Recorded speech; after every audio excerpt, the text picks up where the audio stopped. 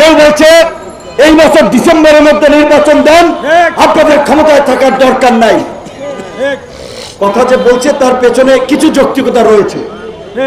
5 মাসে আপনারা চমক দেখাতে পারেন নাই। জুলাই ফাউন্ডেশনের দায়িত্ব পালন না করতে পারলে যে ফ্রি আছে, যে সময় দিতে পারে, যে দরদ দিয়ে কাজ করতে পারবে তাকে দায়িত্বটা দেন। দায়িত্ব নিয়ে বসে থাকলাম, কাজ করতে পারলাম না, তাহলে কি হলো? আমি সরকারের প্রতি এবং এই জুলাই ফাউন্ডেশনের সাথে যারা সংশ্লিষ্ট আছেন তাদেরকে আগামী 15 দিনের মধ্যে নিখুঁত নিহতদের তালিকা এবং আহতদের তালিকা করে আহতদের ক্রাইটেরিয়া ভেদে অবশ্যই তাদেরকে মিনিমাম 50 লক্ষ টাকা করে আহতদের সহযোগিতা করতে হবে। আমাদের দাবি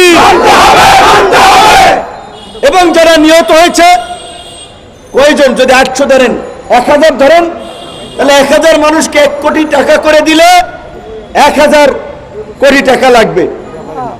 একজন পিকে হালদার 10,000 কোটি টাকা নিয়ে গেছিল। এক এসালাম 14টা ব্যাংক খাইয়া ফেলাইছে। সালমান এফ রহমান এক জনতা ব্যাংক থেকেই প্রায় 30,000 কোটি টাকা ঋণ আপনার মৌকুব করে তসরুপ করে সুযোগ সুবিধা নিয়েছেন। এই রকমের মাফিয়ারা তো মিনিমাম 50টা আছে, যে এই 50 মাফিয়াই প্রায় দেশের ব্যাংক থেকে, আর্থিক খাত থেকে অন্তত 2-4 লক্ষ কোটি টাকা গায়েব করে দিয়েছে।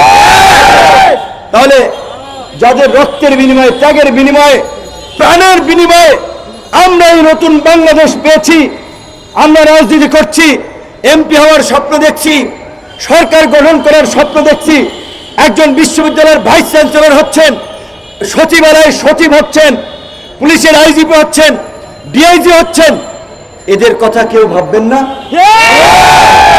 সবাই নিজের ধান্দায় ব্যস্ত হয়ে যাচ্ছেন, কিন্তু এইটা কথা ছিল না, ভুলে যাবেন না। ইতিহাস বড় নির্মম এবং নিষ্ঠুর, ইতিহাস কাউকে ক্ষমা করে না।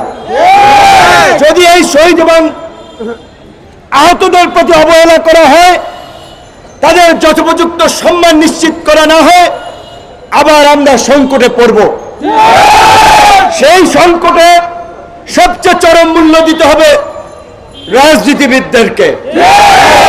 কাজী রাজনীতিবিদদের উচিত এই বিষয়ে জোরালো ভূমিকা পালন করা। আমরা বলেছিলাম যে এই সরকার আন্দোলনকারীদের চিকিৎসা সহায়তা নিশ্চিত করার পাশাপাশি এই গণ অভ্যুত্থানে যারা গণহত্যা চালিয়েছিল বিচারের মাধ্যমে তাদের ফাঁসি নিশ্চিত করতে হবে।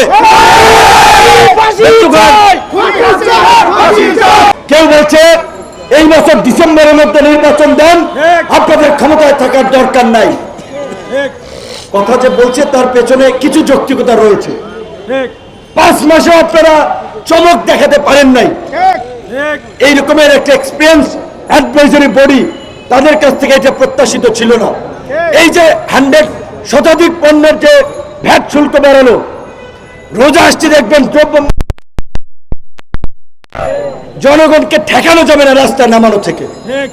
আর যারা দ্রুত নির্বাচন চায় তারা তো কাজে লাগাবেই।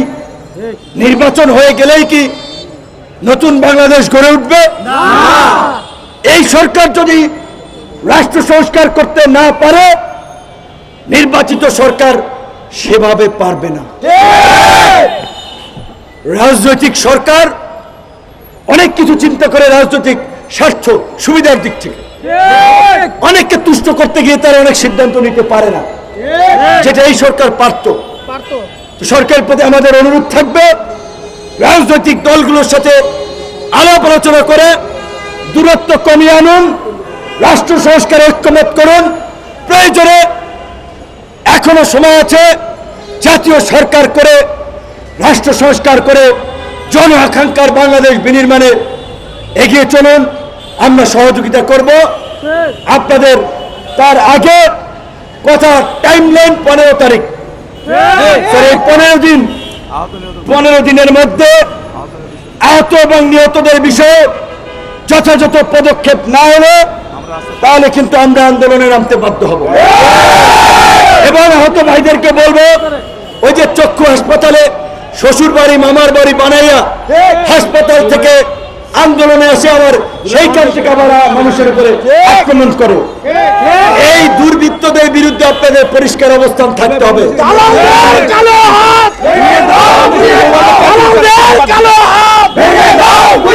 আপনাদের সকলের সুস্বাস্থ্য উজ্জ্বল ভবিষ্যৎ কামনা করি। কথা অনেক বলার আছে, বলতে পারি, সেটা তো আপনারা দেখেছেন, আপাতত বলছি না। ওই যে বললাম, থুথু পরে ফলালে বুকে পড়ে। সরকারকে ন্যাংটা করতে গিয়ে নিজেদের লজ্জিত হই, কিন্তু বেশি দিন এটা আর সহ্য করবো না, এটাও বললাম। ধন্যবাদ।